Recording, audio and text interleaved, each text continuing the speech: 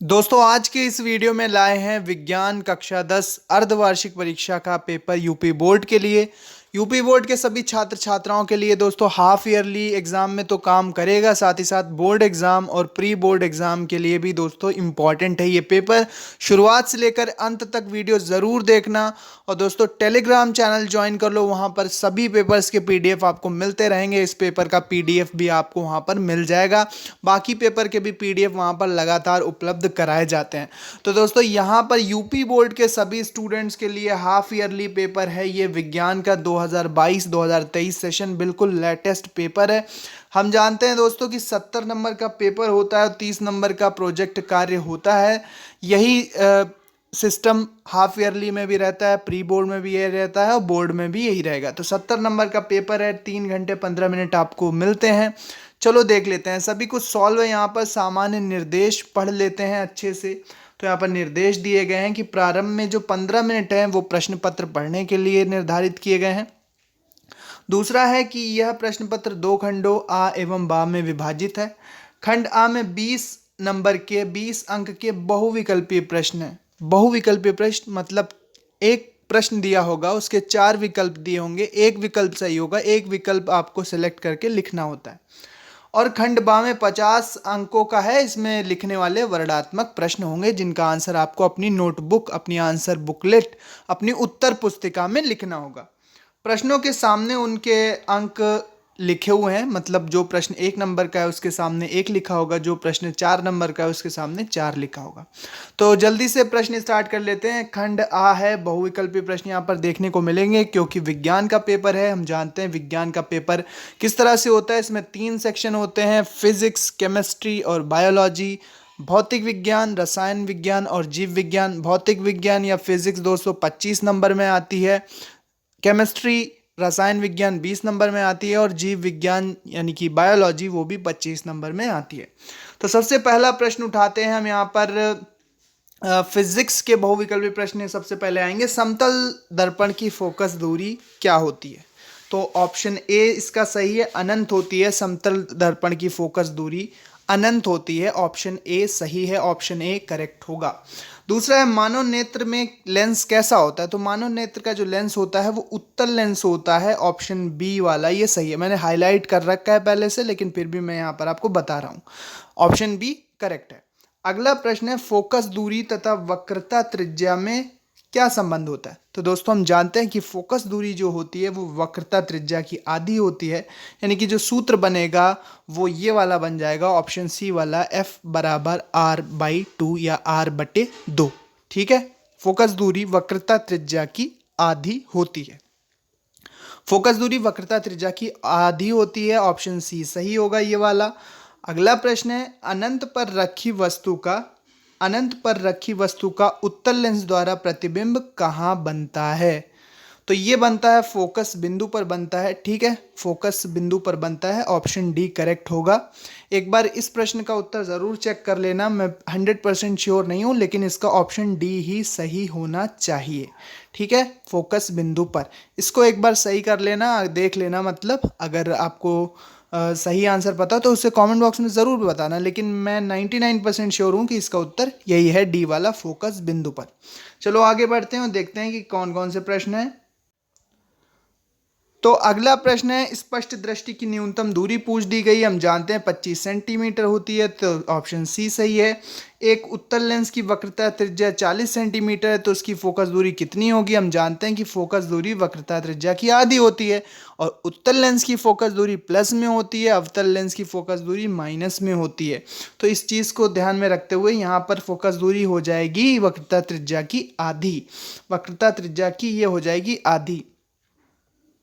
तो यहाँ पर दोस्तों ये जो ऑप्शन बी है हमारा ये सही होगा, +20 आ जाएगा ना। वक्रता त्रिज्या 40 सेंटीमीटर प्लस में, तो फोकस दूरी 40 की आधी यानी कि भाग दे देंगे 2 से, तो ये हो जाएगी 40, क्योंकि सूत्र होता है F बराबर R/2। तो R कितना है? प्लस में, 40 से बटे 2 करेंगे ना तो ये 20 सेंटीमीटर आ जाएगा प्लस में। ठीक है, तो ऑप्शन बी सही है। अगला प्रश्न है हमारे पास, प्रिज्म से श्वेत प्रकाश गुजरने पर या गुजारने पर शीर्ष की ओर कौन सा रंग प्राप्त होता है? तो प्रिज्म वाली घटना जब आप देखोगे, जब श्वेत प्रकाश गुजारते हो तो ऊपर लाल और सबसे नीचे बैगनी रंग आता है, तो ऑप्शन ए सही होगा, लाल रंग। अब उपखंड खा आता है जिसमें केमिस्ट्री के यहाँ पर एमसीक्यूज दिए हैं। केमिस्ट्री के बहुविकल्पीय प्रश्न यहाँ पर देखने को मिलेंगे। पहला क्वेश्चन है, संगमरमर का रासायनिक सूत्र क्या होता है? तो कैल्शियम कार्बोनेट CaCO3 मार्बल या संगमरमर का रासायनिक सूत्र होगा। धावन सोडा की प्रकृति कैसी होती है? तो धावन सोडा की प्रकृति क्षारीय होती है, सी वाला ऑप्शन सही है। चिप्स की थैली में कौन सी गैस भरी जाती है? तो चिप्स की थैली में नाइट्रोजन गैस भरी जाती है, ऑप्शन डी वाला सही है।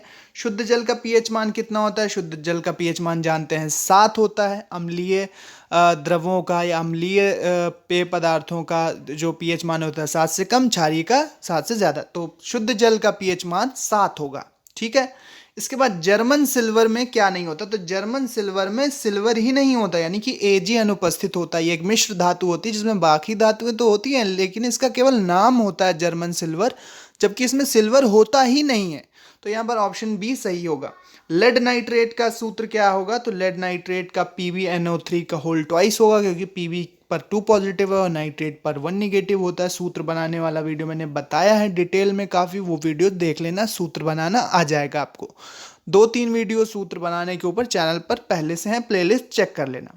अब उपखंड गा है जीव विज्ञान। यहाँ पर बहुविकल्पी प्रश्न देख लेते हैं। यहाँ पर बायो के निषेचन के बाद पुष्प का कौन सा भाग फल में बदल जाता है?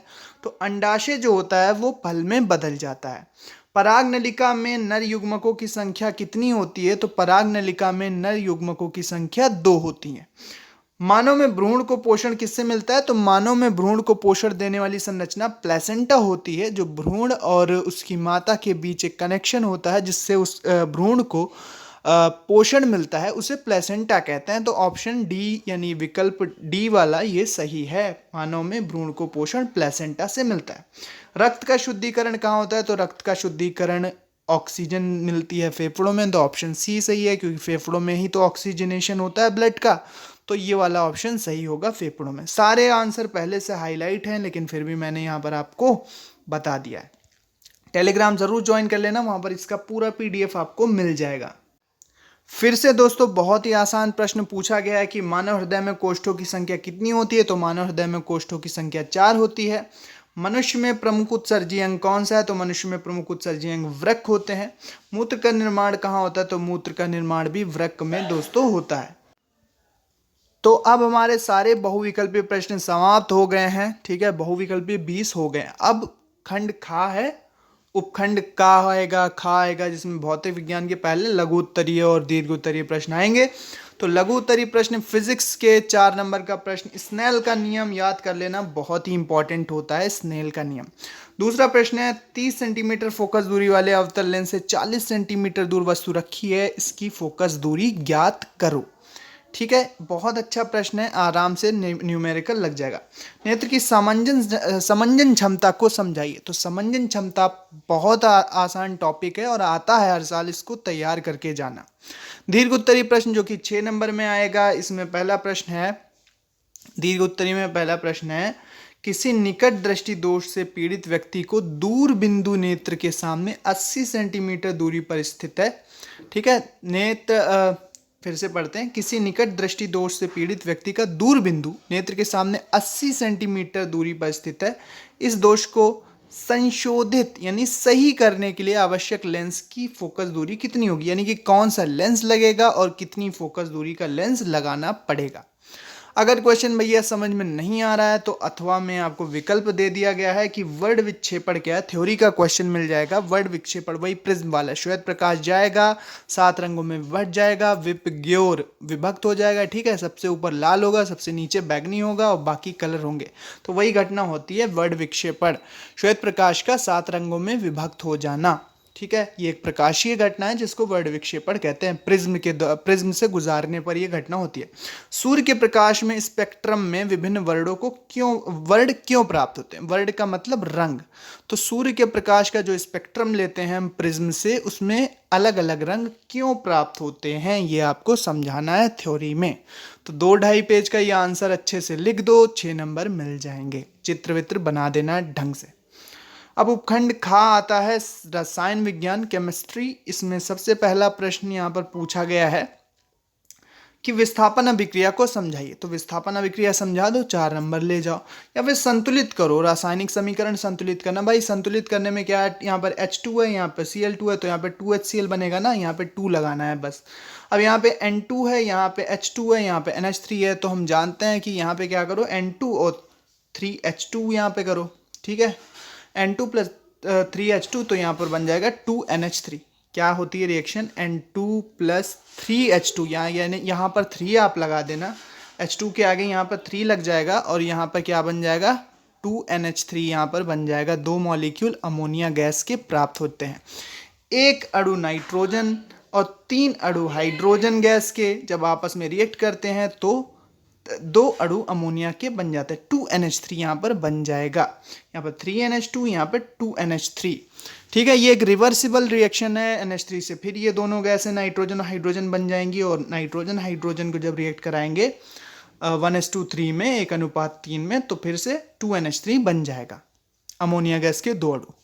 अब संतुलित करना नहीं है, अब यहाँ पे देखो H2 और Cl2 है, तो 2 H हैं 2 Cl है, तो यहाँ पे 2HCl कर लो, यहाँ पे बस 2 लगाना था, तो ये 2 और 2 4 नंबर मिल जाएंगे। अगर नहीं समझ में आ रहा है तो फिर आपको ये करना होगा, न्यूमेरिकल टाइप का एक क्वेश्चन है, पीएच मान पे किसी विलेन को H पॉजिटिव सांद्रता, किसी विलेन की H पॉजिटिव सांद्रता 10⁻⁴ मोल पर लीटर है, इस विलेन का पीएच मान निकालो या ज्ञात करो।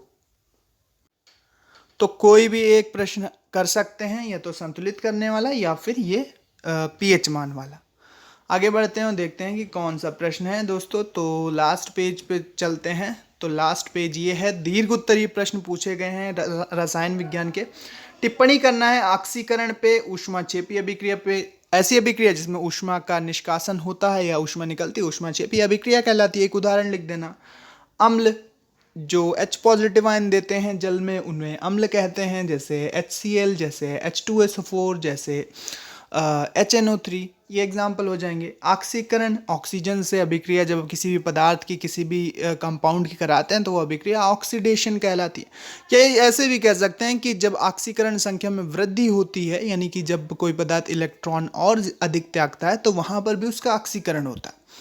अब ये तीनों टिप्पणी आपको नहीं आती हैं, या एक आती है, 2 नहीं आती हैं, और ये वाला प्रश्न आपके समझ में नहीं आ रहा है, तो अथवा करके बेकिंग सोडा बनाने की विधि लिखो, रासायनिक समीकरण एवं उपयोग लिखो। पूरा वीडियो चैनल पर है, जाके देख लेना। बेकिंग सोडा को बनाने की विधि, रासायनिक समीकरण और उपयोग। 6 नंबर का प्रश्न है। या तो ये टिप्पणी लिख दो, 3 छोटी छोटी, तो हर एक टिप्पणी 2 नंबर की। टिप्पणी का मतलब होता है शॉर्ट नोट, यानी कि आधे से 1 पेज में अच्छे से हेडिंग डाल के परिभाषा लिख दो और उसका एग्जाम्पल लिख दो। जैसे यहाँ पर लिखेंगे ऊष्माक्षेपी अभिक्रिया, यहाँ पर परिभाषा लिखो, फिर इसका एग्जाम्पल लिख दो। अम्ल, परिभाषा ऊपर डाली और फिर नीचे यहाँ पर परिभाषा डाली और नीचे एग्जाम्पल लिख दिया, तो आधे से ज़्यादा पेज यूज़ हो जाएगा। तो 2-3 पेज में ये तीनों टिप्पणियाँ आ जाती हैं, 3 पेज में, ठीक है। हर पेज में करोगे तो अच्छा रहेगा, एक पेज में एक शॉर्ट नोट टिप्पणी मतलब। फिर उपखंड गा जीव विज्ञान, लघु उत्तरीय प्रश्न पहला जीव विज्ञान का, स्पाइरोगायरा में किस प्रकार का जनन पाया जाता है, 4 नंबर का प्रश्न। मुकुलन, हाइड्रा में होता है ना मुकुलन, मुकुलन क्या होता है, टिप्पणी कीजिए। अनुवांशिकता किसे कहते हैं, कितने अच्छे अच्छे प्रश्न हैं, ठीक है। अब दीर्घ उत्तरीय प्रश्न यहाँ पर आएगा, एकल संकरण मोनोहाइब्रिड क्रॉस का वर्णन करो। मोनोहाइब्रिड क्रॉस पूछ दिया गया है, नहीं आता मोनोहाइब्रिड क्रॉस तो नर जनन तंत्र का सचित्र वर्णन करो। मेल रिप्रोडक्टिव ऑर्गन्स का डायग्राम बनाना रहेगा, डायग्राम में लेबलिंग भी करनी रहेगी कि कौन सी मतलब उन सब के नाम होते हैं ना साइंटिफिक, किसी भी डायग्राम के, तो वो लिखना पड़ेगा। तो ये पूरा डिटेल में मैंने आपको समझा दिया है, उम्मीद करते हैं आपको समझ में आ गया होगा। और हाँ दोस्तों, ये एक मॉडल पेपर है, बस यही पेपर आपके एग्ज़ाम में आएगा। चैनल ऐसा दावा नहीं करता, मैं ये नहीं कह रहा हूँ कि यही पेपर आपके पेपर में आ जाएगा, लेकिन हाँ, अगर आप इसको सॉल्व कर लोगे तो आपके हाफ ईयरली में, प्री बोर्ड परीक्षा में और बोर्ड परीक्षा में बहुत ही ज़्यादा हेल्प करेगा, ज़रूर करेगा, क्योंकि ये एक अच्छा पेपर है, सारे प्रश्न अच्छे थे, सॉल्व करने लायक हैं। इसका पीडीएफ की बात करें तो दोस्तों पीडीएफ आपको टेलीग्राम चैनल पर मिल जाएगा। टेलीग्राम चैनल का लिंक डिस्क्रिप्शन में है। टेलीग्राम चैनल के लिंक पर जैसे ही आप क्लिक करोगे आप टेलीग्राम चैनल पर पहुंच जाओगे, वहां पर इसका पीडीएफ मिल जाएगा। साथ ही साथ जो भी model paper, question paper, important questions आते रहते हैं उनका भी पीडीएफ वहां पर मिलता रहता है। साथ ही साथ आप अगर तुरंत चाहते हो तो स्क्रीनशॉट भी आप ले सकते हो। वीडियो अगर तेज़ लगाओ तो स्लो स्पीड करके देख लेना। यूट्यूब में स्लो स्पीड और हाई मतलब स्लो धीमे स्पीड भी कर सकते हो, आप तेज़ भी कर सकते हो। तो जैसा भी आपको समझना है, नहीं समझ में आया तो फिर से देख लेना, समझ में ज़रूर आ जाएगा। Thanks for watching and listening me. उम्मीद करते हैं अच्छे से सब कुछ समझ में आ गया होगा। सारे बहुविकल्पीय तो यहाँ पर सॉल्व हैं ही। So thank you and bye bye. Thanks for watching and good luck for your exams. Subscribe ज़रूर करना इसी प्रकार के इंपॉर्टेंट वीडियोज़ के लिए।